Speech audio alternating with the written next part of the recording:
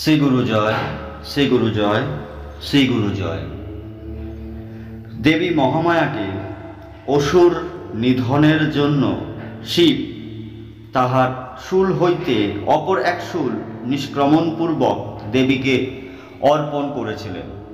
কি ছিল এর পেছনে প্রধান রহস্য? আজকের ভিডিওতে আমরা তাই আলোচনা করতে চলেছি। শিব বিজ্ঞানময় গুরু, কেবল জ্ঞান ও মূর্তি।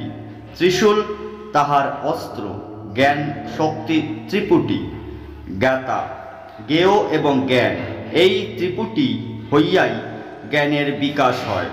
আমি বৃক্ষ দেখিতেছি, এ স্থলে আমি জ্ঞাতা, বৃক্ষ জ্ঞেয় এবং বৃক্ষ বিষয়ক যে প্রতীতি, উহার নাম জ্ঞান।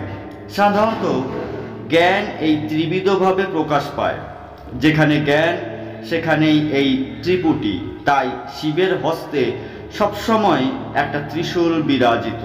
অবশ্য ত্রিপুটি শূন্য জ্ঞান আছে, সে আলাদা ব্যাপার। জ্ঞানের এই ত্রিপুটি ভাব মহতী শক্তিরই বিশেষ বিকাশ মাত্র। উহা উপলব্ধি করার নামই ত্রিশূল সমর্পণ। যে শক্তি প্রভাবে একই জ্ঞান ত্রিধা বিভক্ত হয়, উহা যে মহামায়ার শক্তি, ইহা বুঝিতে পারিলেও ত্রিপুটি একেবারে বিলুপ্ত হয় না। তাই শূল হইতে শূল নিষ্ক্রমণের কথা উক্ত হইয়াছে। শিবের ত্রিশূল শিবেরই থাকে, শুধু ত্রিশূলগত যে মহাত্মাভিমান তাহাই দূরীভূত হয়।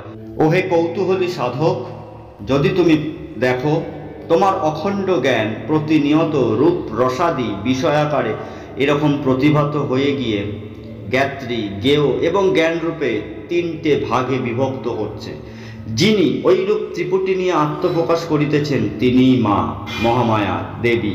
তুমি আমার জ্ঞান বলিয়া অভিমান তাকে করো না। জ্ঞান রূপিণী মাই যে তোমার ভিতর দিয়া ওইরূপ প্রকাশ পাইতেছেন, ইহা বুঝিতে চেষ্টা করো। ইহাই হইল শিবের দ্বারা ত্রিশূল সমর্পণের আসল রহস্য। শ্রী গুরু জয়, শ্রী গুরু জয়, শ্রী গুরু জয়।